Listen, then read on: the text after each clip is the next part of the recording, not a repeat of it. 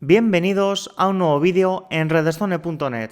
En esta ocasión os vamos a enseñar cómo es el firmware de la nueva gama de switches gestionables L3 del fabricante D-Link. En concreto os vamos a enseñar cómo es el firmware del switch gestionable D-Link DGS1520, la nueva familia de switches gestionables que incorporan PoE y también incorporan puertos multigigabit, las versiones con PoE, de tal forma que va a poder ser capaz de alimentar los nuevos puntos de acceso Wi-Fi con Wi-Fi 6 que normalmente incorporan estos puertos multigigabit 2.5G para que la red troncal, la red cableada, no tenga cuello de botella. En concreto, este modelo D-Link DGS1520-28MP es capaz de proporcionarnos una potencia PoE de hasta 370 vatios y además todos y cada uno de sus puertos son PoE Plus, por lo tanto es capaz de proporcionarnos hasta 30 vatios por puerto. Además, del puerto número 1 al 20 tenemos un total de 20 puertos gigabit Ethernet para la LAN y posteriormente del puerto 21 al 24 tenemos un total de 4 puertos multigigabit 2.5G. Esto es un detalle muy importante ya que las versiones que no son PoE no disponen de estos puertos multigigabit 2.5G, sino que simplemente son puertos gigabit Ethernet.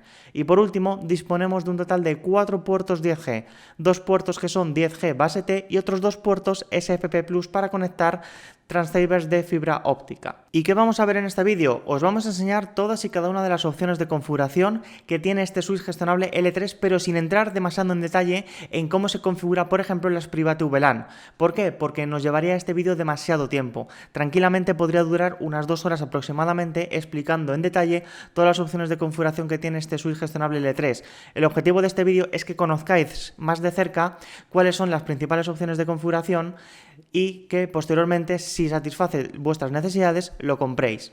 Tal y como podéis ver, en el menú principal lo primero que nos vamos a encontrar es el modelo exacto del equipo y también el nombre que le hayamos nosotros dado. Además, vamos a poder encontrarnos con la localización, si la hemos configurado, y también con el contacto del administrador. Además, nos vamos a encontrar también con la versión de firmware del equipo, en nuestro caso es la 1.029, tal y como podéis ver aquí, que es la versión que viene por defecto. Actualmente no disponemos de ninguna versión beta adicional que mejore el rendimiento o añada más características a este equipo.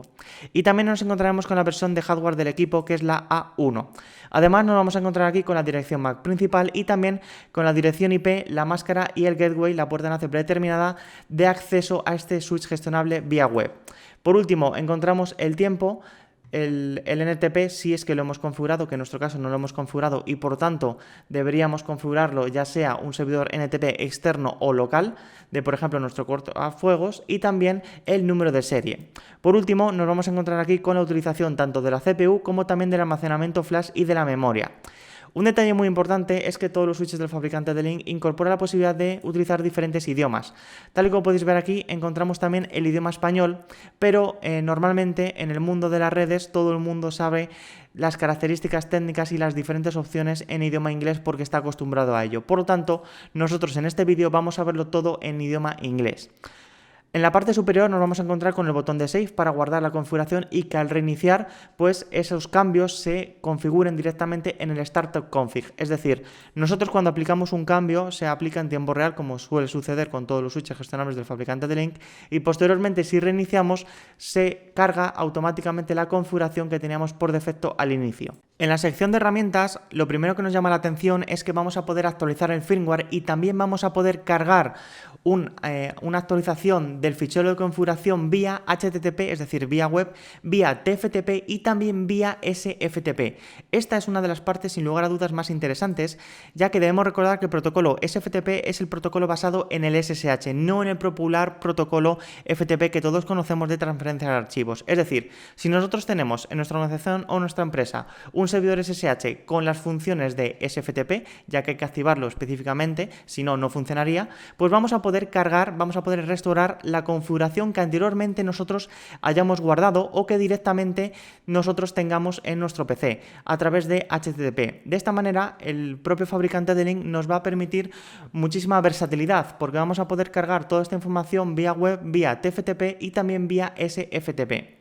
Además, lo mismo ocurre en el caso de los certificados y las llaves privadas, en caso de que nosotros queramos acceder a la administración de este equipo vía HTTPS con nuestros propios certificados o directamente también los certificados del SSH que también incorpora este switch.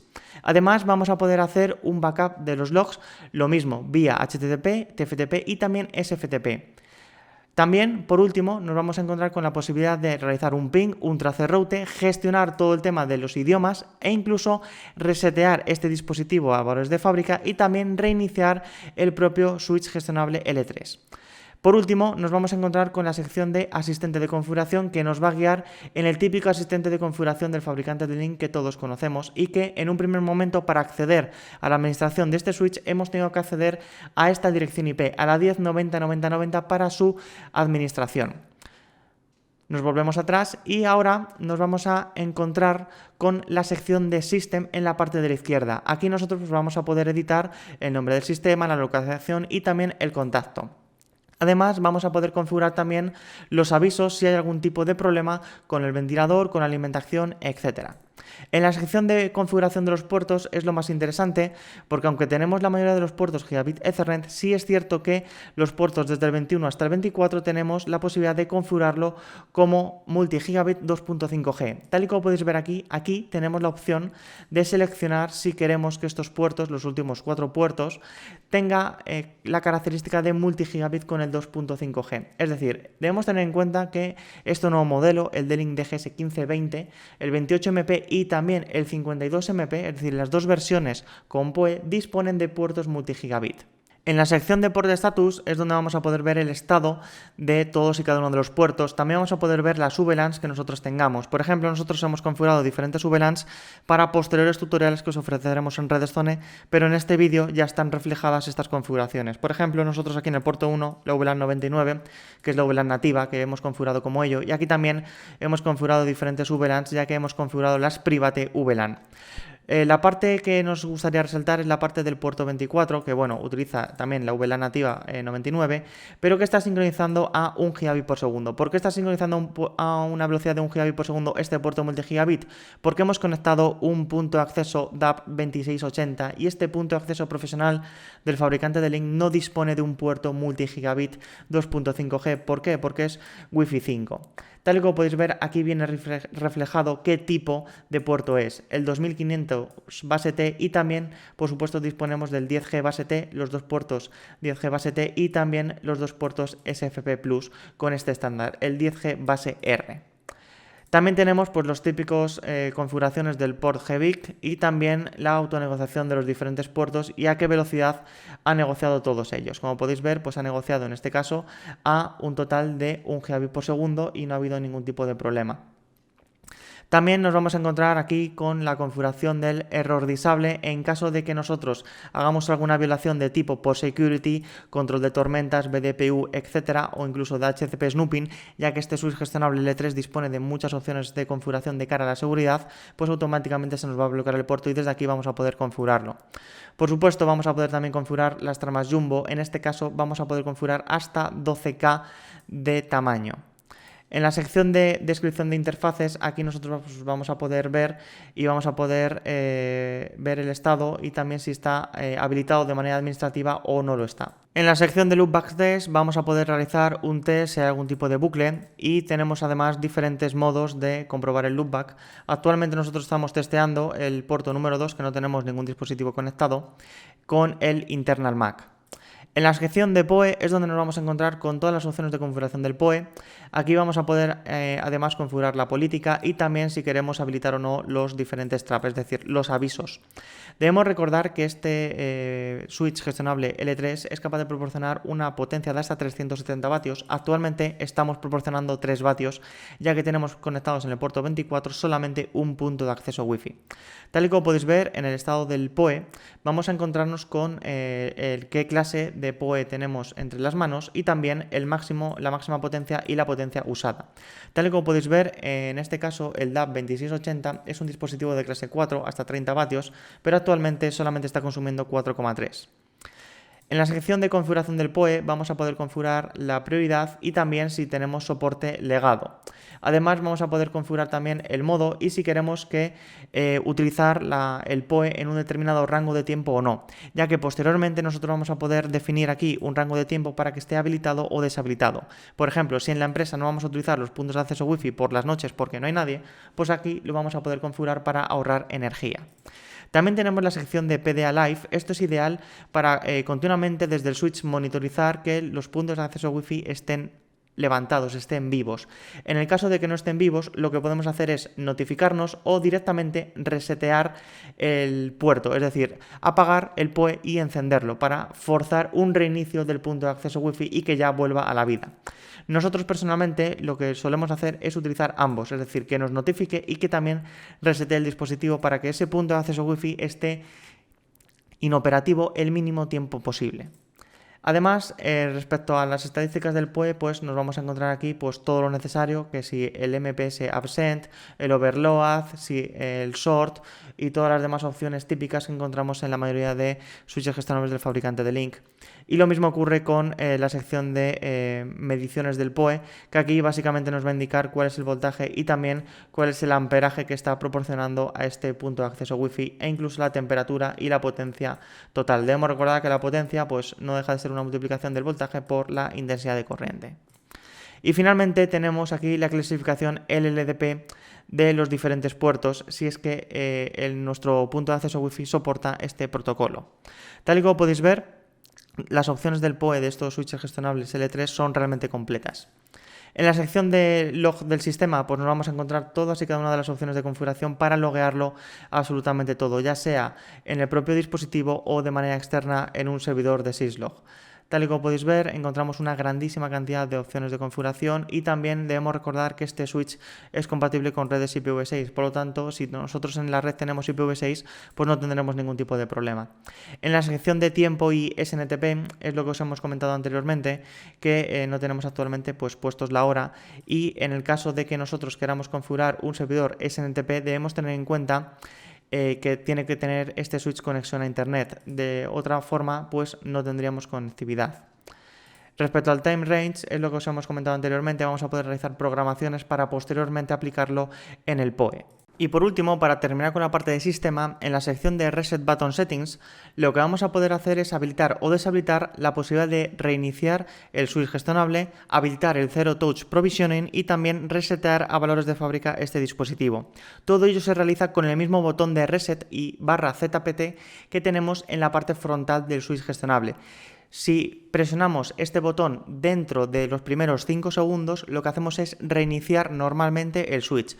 Si lo presionamos entre 0 segundos y 10 segundos, lo que vamos a hacer es habilitar el Zero Touch Provisioning. Y si lo hacemos presionando durante más de 10 segundos, lo que vamos a hacer es resetear a valores de fábrica este switch gestionable. Debemos tenerlo en cuenta, es decir, de 0 a 5 segundos reboot, de 5 a 10 segundos Zero Touch Provisioning y a partir de 10 segundos Factory Default. En la sección de gestión vamos a poder habilitar las diferentes cuentas de usuario con los diferentes permisos que nosotros queramos y también vamos a poder configurar si queremos encriptar o cifrar las contraseñas de administración.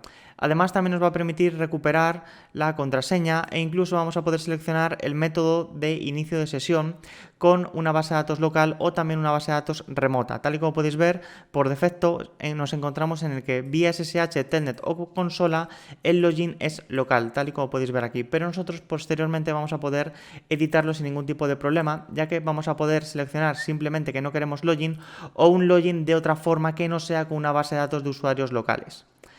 También nos vamos a poder encontrar con todas las opciones de configuración respecto al protocolo SNMP. Vamos a poder ver el protocolo SNMP tanto para consultar la información del propio switch como también para configurarla. Además, un detalle importante es que soporta SNMP versión 3, por lo tanto, todas las comunicaciones están cifradas e incluso también el inicio de sesión, algo que con los anteriores protocolos V1, V2C pues no teníamos. Y lo mismo ocurre con la sección de RMON. Este switch gestionable también es compatible con este protocolo, tal y como podéis ver aquí, y disponemos de las típicas opciones de configuración que hemos tenido siempre. Además, en la sección del Telnet Web vamos a poder habilitar o deshabilitar este protocolo Telnet. Por seguridad, nosotros siempre deshabilitaríamos el protocolo Telnet, ya que lo más recomendable, si queremos acceder de manera remota a través de línea de comandos, es utilizar el protocolo SSH. Simplemente con pinchar en aplicar y a continuación en aceptar, ya habremos guardado esto, pero debemos recordar que para que se apliquen estos cambios con un reinicio, lo que tenemos que hacer es guardar la configuración. De lo contrario, si reiniciamos, no se habrán aplicado estos cambios. Y también tenemos la posibilidad de editar el puerto web, que por defecto es el 80. Utilizamos HTTP, puerto 80, pero nosotros podemos utilizar, por ejemplo, el puerto 8080. Y respecto al Session Timeout, lo que vamos a poder hacer es que nos eche de la sesión tras un cierto tiempo de inactividad. Por ejemplo, el Session Timeout de cara a la web es 180 segundos. Es decir, si estamos 3 minutos con la web iniciada y no hemos realizado absolutamente ninguna opción de configuración, pues directamente nos va a echar para volver a loguearnos. Esto es una medida también de seguridad. Un detalle muy importante de esta nueva familia de switches, los DGS1520, es que incorporan servidores DHCP para IPv4 y también DHCP V6 para redes IPv6. Y disponemos de las típicas opciones de configuración que hemos tenido siempre en todos los switches L3 del fabricante D-Link que incorpore lógicamente un servidor DHCP. En este caso nada ha cambiado. Nosotros hemos anteriormente analizado en Redstone tanto el modelo DGS3630 como también el modelo DGS3130 y las opciones de configuración que tenemos disponibles son exactamente las mismas. Nada ha cambiado. Como podéis ver, también encontramos todas las opciones de configuración respecto al DHCP V6. E incluso también tenemos DHCP Autoconfiguration para redes IPv6. Y por supuesto también tenemos la posibilidad de DHCP Autoimage Settings, como suele ser habitual en los switches del fabricante D-Link. Respecto a los DNS, pues lo más normal es que los DNS estén en un servidor DNS local o externo con los típicos servidores DNS de Google, pero nosotros aquí vamos a poder configurarlo. Y lo mismo ocurre en la sección de NTP. Una diferencia muy importante es este NTP de la sección de gestión y otra es este NTP del propio dispositivo. Esto actúa como cliente NTP y aquí estaríamos actuando como servidor. Es decir, si nosotros tenemos otros dispositivos que necesitan NTP para actualizar la hora, pues nosotros aquí lo vamos a poder configurar sin ningún problema. Tal y como podéis ver, esto es el servidor NTP, no el cliente NTP que os hemos enseñado anteriormente. Es una diferencia muy importante. Lógicamente, con el NTP, con el servidor, pues vamos a poder dar de alta todos los dispositivos que nosotros queramos y además vamos a poder configurar si queremos esta configuración en una VLAN o en todas ellas. Por último, en la sección de IP TFT Source Interface, pues vamos a poder configurar esta opción que normalmente tenemos en los switches del fabricante D-Link y también vamos a poder ver la memoria flash. Debemos recordar que esta memoria flash incorpora la configuración actual. Tal y como podéis ver, encontramos que esta configuración config.cfg es la que se utiliza cuando nosotros iniciamos este switch gestionable y que vamos a poder eliminar o renombrar siempre que nosotros queramos. Además, vamos a poder aquí también cargar diferentes configuraciones e incluso crear directorios para nosotros, por ejemplo, si nos interesa en un determinado momento, cargar una configuración o cargar otra sin necesidad de ir punto por punto modificando toda la configuración del propio switch, sino que directamente con cargando una configuración y reiniciando el switch con esa configuración cargada, ya automáticamente se aplicará esa configuración. Por supuesto, respecto al stacking, debemos tener en cuenta que este switch gestionable nos permite apilar un apilamiento físico de hasta 8 dispositivos, tal y como podéis ver aquí. También nos vamos a encontrar que el ancho de banda de este stacking es capaz de llegar hasta los 80 gigabits por segundo debido a que vamos a poder utilizar los 4 puertos híbridos, es decir, los 2 puertos 10G base T y los 2 puertos SFP. No obstante, aquí también nos va a permitir configurar si queremos solamente SFP Plus o 10G base T. Y respecto al stacking virtual, también tenemos la configuración del stacking virtual. Y lo mismo ocurre con el D-Link Discovery Protocol, el típico protocolo propietario de descubrimiento de dispositivos del fabricante D-Link. Tenemos la misma opción de configuración de siempre e incluso nos va a permitir configurar el servidor SMTP para enviarnos notificaciones. Por último, tenemos el NLB FDB Settings, y una vez que hayamos visto todas las opciones de cara a la gestión, a Management y también de System que hemos visto anteriormente, nos vamos a entrar de lleno en la sección de características L2. Tal y como podéis ver aquí, pues vamos a encontrarnos con la Forwarding Database, y también nos vamos a encontrar con todo el listado de direcciones MAC que nosotros tenemos actualmente en la red, tanto en la VLAN 1 como también en la VLAN 10, en la VLAN 11 y en las diferentes VLANs que nosotros hemos creado.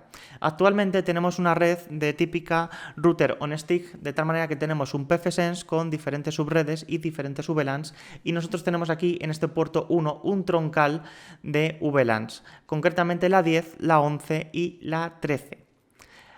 En la sección de MAC Notification pues vamos a poder configurar los diferentes traps para que nos avise si existe algún tipo de problema. Y en la sección de VLANs tenemos un pequeño asistente de configuración de creación de VLANs.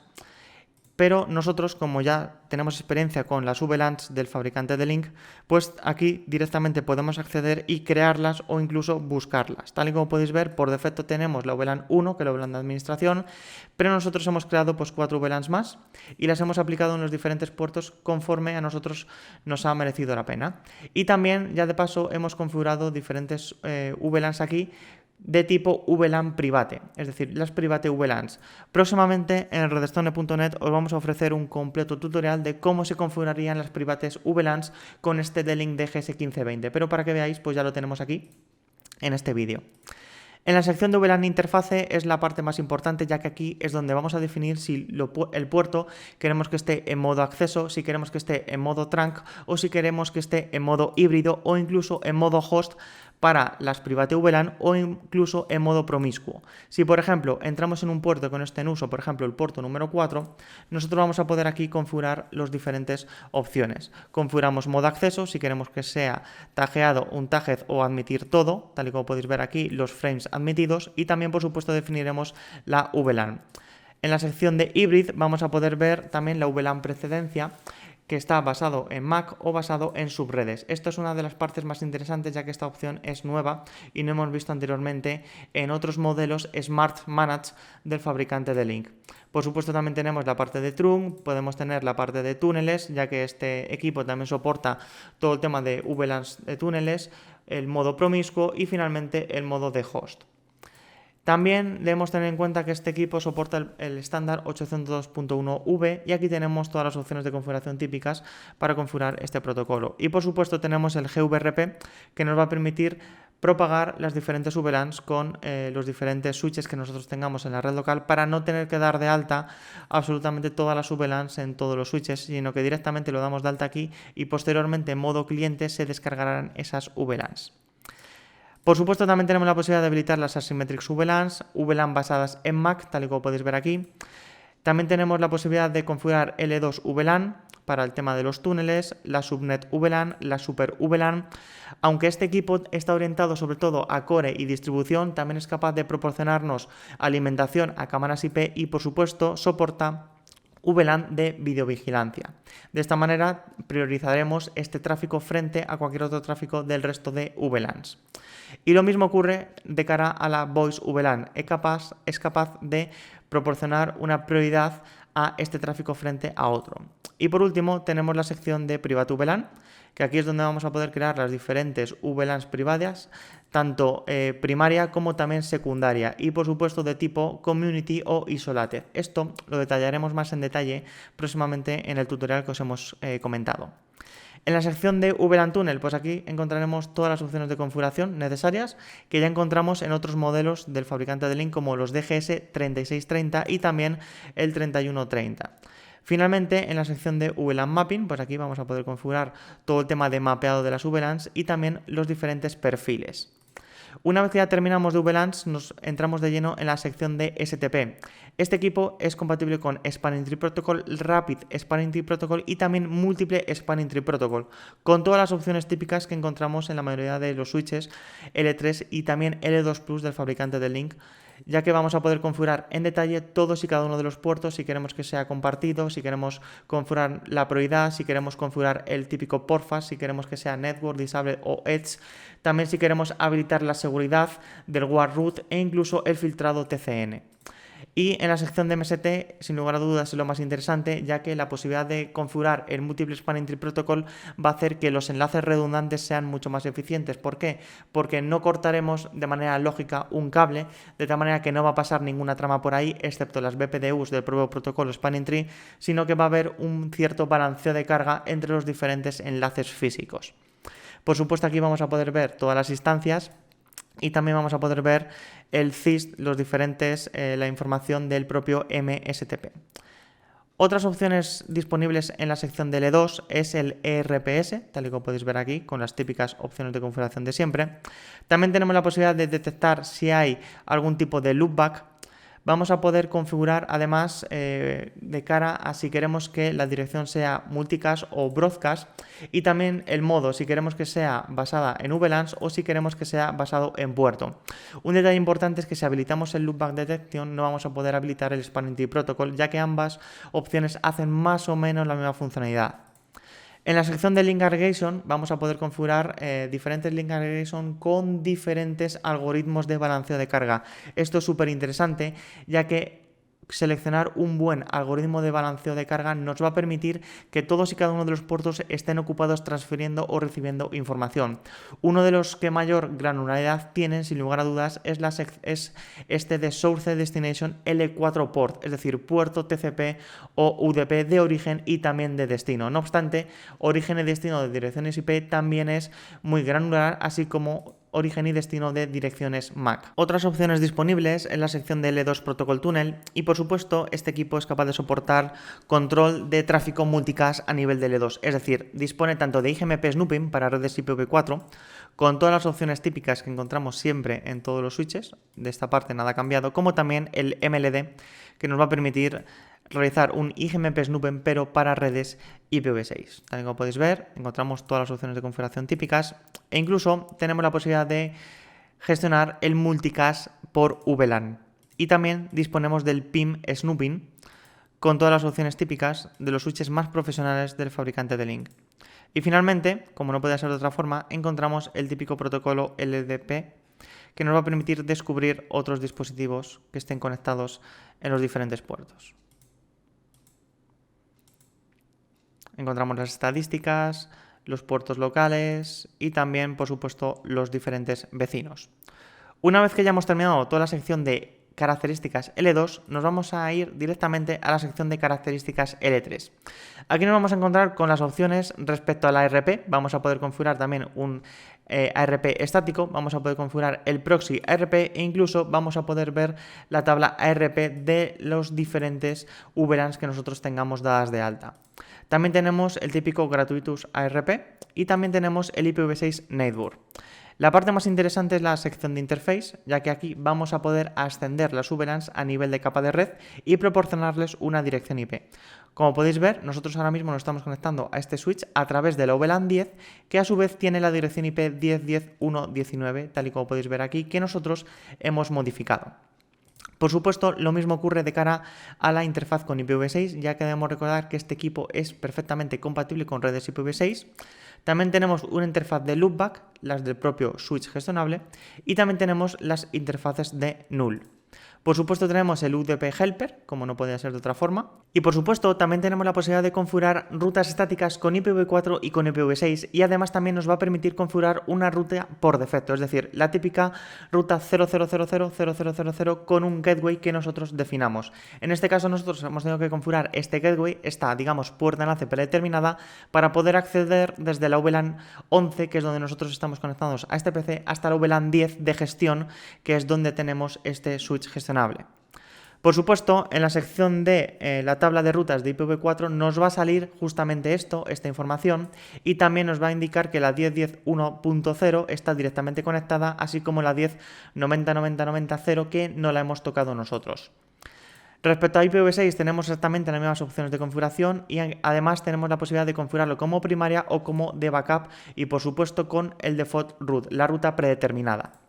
También tenemos la posibilidad de ver toda la tabla de rutas de IPv4, pero que en este caso, como no estamos utilizando IPv6, pues absolutamente no nos aparece nada, está totalmente vacío. También tenemos la sección de preferencia y aquí nos da la posibilidad de configurar la prioridad si queremos una distancia por defecto, una distancia de las rutas estáticas. También tenemos las configuraciones del FMP y también tenemos la posibilidad de configurar el IPv6, el prefijo general que nosotros definamos en la red. Por supuesto, también tenemos el URPF y todas las opciones típicas para configurar este protocolo. Debemos recordar que este equipo, los DGS 1520, incorporan protocolos de enrutamiento dinámico de pasarela interior, tanto RIP como también en su versión para IPv6, RIP-NG, y además incorpora OSPF versión 2 para redes IPv4 y OSPF versión 3 para redes IPv6. Tal y como podéis ver aquí, vamos a encontrarnos con las típicas opciones de configuración, la posibilidad de configurar los diferentes timers, la configuración de la versión, que es recomendable siempre configurar la versión 2. También tenemos aquí la lista de distribución, las opciones de cara a la interfaz y también, por supuesto, la base de datos de RIP que nosotros tenemos aquí. Por supuesto, tenemos exactamente lo mismo de cara al RIP-NG, las opciones de la interfase y también las opciones en cuanto a la database, es decir, la base de datos de aquí, donde aquí veremos pues todo lo que hayamos nosotros aprendido con RIP a través de la red local. En la sección de OSPF nos vamos a encontrar con exactamente las mismas opciones típicas que encontramos en cualquier router profesional y también en cualquier otro switch gestionable con funcionalidades L3 como OSPF. Nos vamos a encontrar aquí la lista de distribución, si queremos configurar alguna interfaz como pasiva, las configuraciones del área. Además, este equipo es compatible con áreas normales, áreas NSSA y también áreas STUB. Además, nos va a permitir sumarizarlas o no sumarizarlas.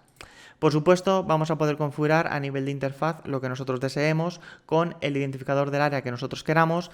Vamos a poder además redistribuir todas las rutas estáticas o conectadas que nosotros queramos e incluso también redistribuir las rutas que hemos aprendido por RIP en OSPF. E incluso vamos a poder configurar los virtual links en caso de que no tengamos acceso directo con el backbone, el área 0 del típico OSPF.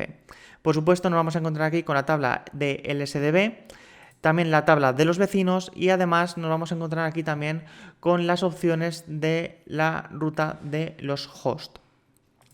Por supuesto, de cara al OSPF versión 3 nos vamos a encontrar con exactamente las mismas opciones de configuración que hemos visto anteriormente. Lo único que aquí en OSPF versión 3 este switch gestionable no es compatible con áreas NSSA, solamente nos permite áreas normales de toda la vida y también las áreas STUB. En la sección de interfase pues tenemos exactamente las mismas opciones de configuración que antes en la versión de OSPF versión 2. Las opciones de redistribución son exactamente las mismas, con las interfaces conectadas, estáticas o a través de RIP-NG. Lógicamente es RIP-NG y no RIP, ya que no sería compatible. Por supuesto, también tenemos la opción de Virtual Link, la tabla LSDB, la tabla de los vecinos y la tabla de los routers de border, los border routers. Y por último, es muy interesante que también este equipo incorpora IP Multicast Routing Protocol, incorpora IGMP, incorpora MLD para redes IPv6, incorpora IGMP Proxy, MLD Proxy y también incorpora pues, las típicas opciones de configuración de DVMRP, del PIM, tanto para IPv4 como para IPv6, el IPMC y también incorpora el IPv6MC. Además, también vamos a poder ver y configurar los routemap y, por supuesto, las políticas de rutas. Y además, no solamente esto, sino que también nos va a permitir configurar el VRRP para la redundancia en routers, de tal manera que se van a poder hablar dos switches L3 entre ellos y si uno de ellos se cae, automáticamente el otro tomará el control. Este protocolo VRRP es fundamental para proporcionar redundancia a nuestras arquitecturas de red. Y lo mismo ocurre con VRRP versión 3, que es para redes IPv6. Una vez que ya hemos terminado todas las opciones de configuración de cara a L3, vamos a entrar de lleno en el QoS.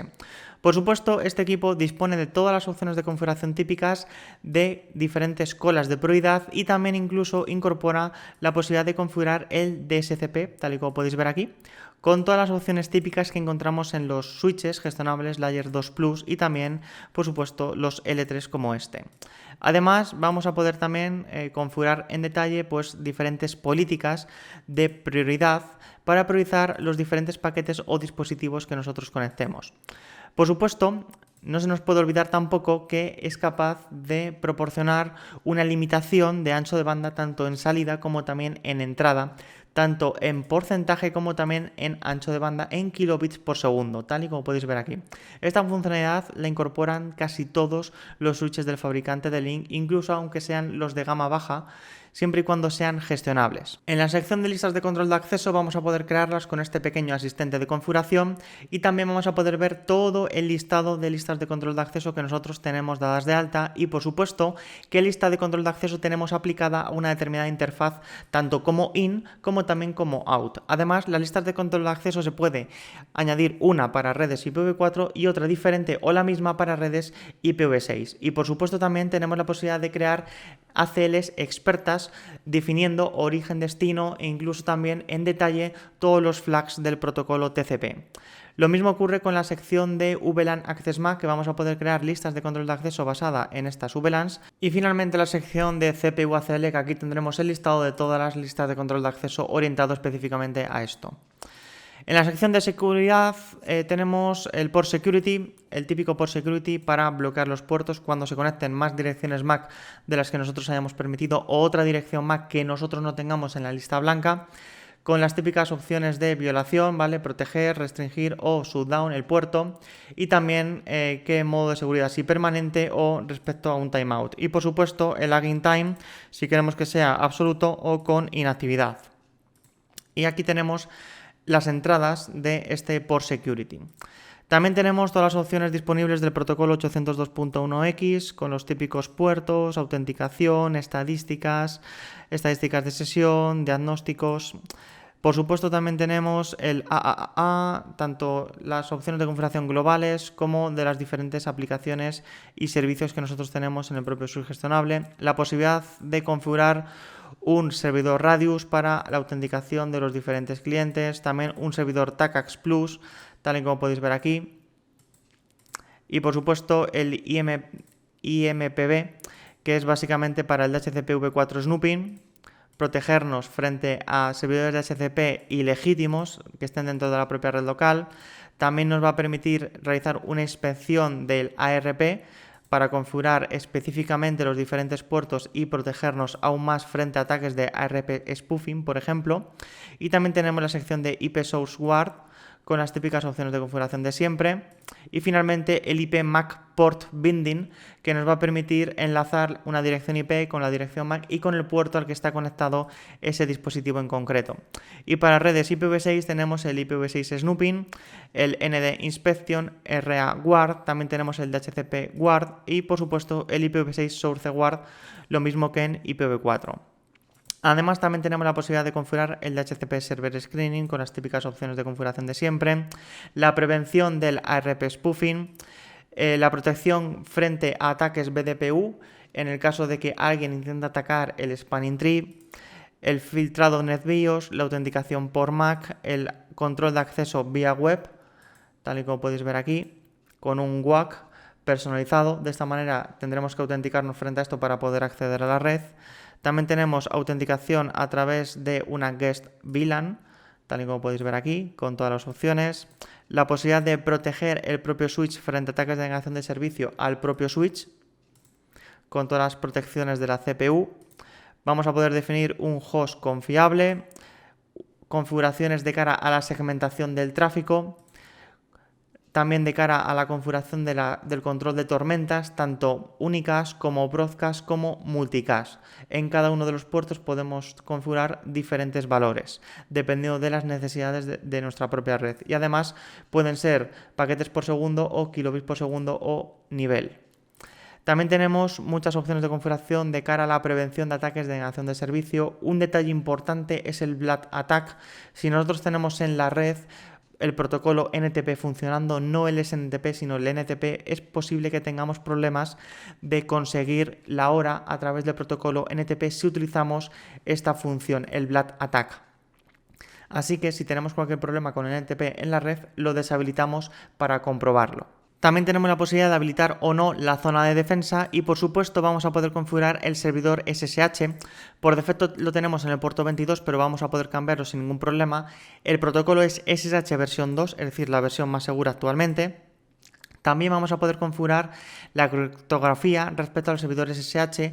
Lo más recomendable es utilizar RSA de 2048 bits, ya que por debajo de 2048 bits se considera inseguro. Y por supuesto también vamos a poder configurar claves DSA en lugar de RSA. Por supuesto, aquí vamos a poder ver el listado de todas las conexiones del servidor SSH, también los usuarios y contraseñas que nosotros hemos dado de alta e incluso si el método de autenticación queremos que sea con contraseña o con clave pública o directamente basado en el propio host. Además, también tenemos aquí la posibilidad de configurar el SSH cliente. En la sección de SSL vamos a poder configurar nosotros si queremos entrar vía web con HTTPS e incluso vamos a poder configurar un certificado público y también la llave privada asociada a dicho certificado público. Aunque sea autofirmado, no pasa absolutamente nada. Además, nos va a permitir también crear un certificado SSL autofirmado para acceder directamente vía HTTPS. Y por supuesto, encontramos las típicas políticas de qué switches de TLS 1.2, 1.1 o 1.0 nosotros queremos utilizar. Lo más seguro, sin lugar a dudas, es siempre elegir la TLS versión 1.2 o superior. En este caso, el switch de GS1520 no soporta TLS 1.3 y además, de cara a las switches de cifrado, siempre es recomendable utilizar el Diffie-Hellman efímero con RSA y AES 256 o el DSS. El resto de switches de cifrado no es recomendable utilizarlas, aunque por ejemplo todas las que tengan AES sí es recomendable utilizarlo, aunque lógicamente estas de aquí abajo son más seguras. Sin embargo, no es recomendable por ejemplo utilizar esta, ya que utilizamos 3Ds y aquí utilizamos RC4 que no son seguras actualmente. Por último, tenemos la sección de SFTP Server y es que este equipo también dispone de un servidor SFTP que nosotros vamos a poder habilitar. Por supuesto, como tiene un servidor SSH, pues incorporar un servidor SFTP no es nada complejo. Y por último, nos vamos a encontrar con la sección de la protección de los diferentes puertos, tanto de TCP como también de UDP. Finalmente, en la sección de OAM vamos a poder ver los diagnósticos de todos y cada uno de los cables y de todos los puertos, tanto puertos cableados con cable de cobre como también de SFP a través de fibra óptica con los puertos 27 y 28 que debemos recordar son los dos puertos SFP Plus que nosotros tenemos. Y desde aquí vamos a poder monitorizar las temperaturas, la potencia de transmisión, la potencia de recepción, etcétera. En la sección de monitoring vamos a poder ver el listado de todas las VLANs que nosotros hemos creado, el contador de VLANs. También vamos a poder ver la utilización de los puertos, el histórico de utilización de los puertos y las estadísticas de los diferentes puertos físicos que nosotros tenemos aquí, las estadísticas del propio dispositivo, el CPU port, los contadores de las interfaces, el histórico y también los contadores. La parte más interesante es, sin lugar a dudas, la parte de mirror settings. Vamos a hacer el port mirroring, vamos a poder reenviar todo el tráfico que va hacia un puerto hacia otro para posteriormente poner un programa como Wireshark. También soporta SFlow con todas las opciones de configuración típicas para configurar este protocolo. Y finalmente tenemos la sección de Green, que es básicamente para el ahorro de energía. Por defecto se encuentran todas las opciones de ahorro de energía deshabilitadas, pero nosotros la podemos habilitar cuando nosotros deseemos.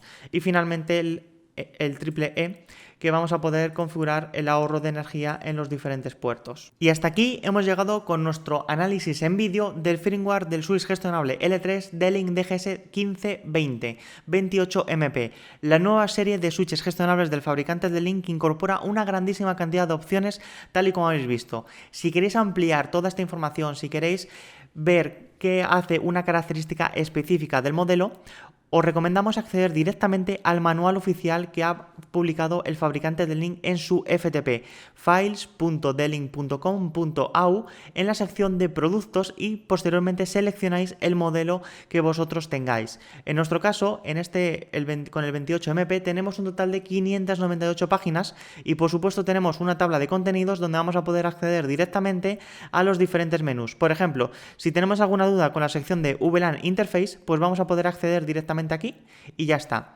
Si tenéis otro modelo del fabricante D-Link, pues podéis acceder directamente también a esta URL que podéis ver, seleccionar el modelo exacto de vuestro equipo. Por ejemplo, en el caso del DGS 1520, pues tenemos diferentes modelos, como por ejemplo el 52MP, accedemos directamente desde aquí y en la sección de manuales vais a poder ver directamente este manual que os acabamos de enseñar, pero específicamente para el 52MP, el switch superior a este modelo. Si queréis, por ejemplo, acceder a las imágenes, pues vais a poder también acceder, e incluso al datasheet, también a la guía de instalación rápida y por supuesto a los firmwares que nosotros tenemos. Actualmente disponemos de la última versión de firmware, que es la 1.029, tal y como podéis ver aquí. Próximamente en Rodestone.net os vamos a ofrecer tutoriales específicos donde, por ejemplo, vais a aprender a cómo configurar el PoE, cómo configurar las private VLANs y también cómo configurar el protocolo RIP o SPF e incluso también el protocolo VRRP. Os esperamos.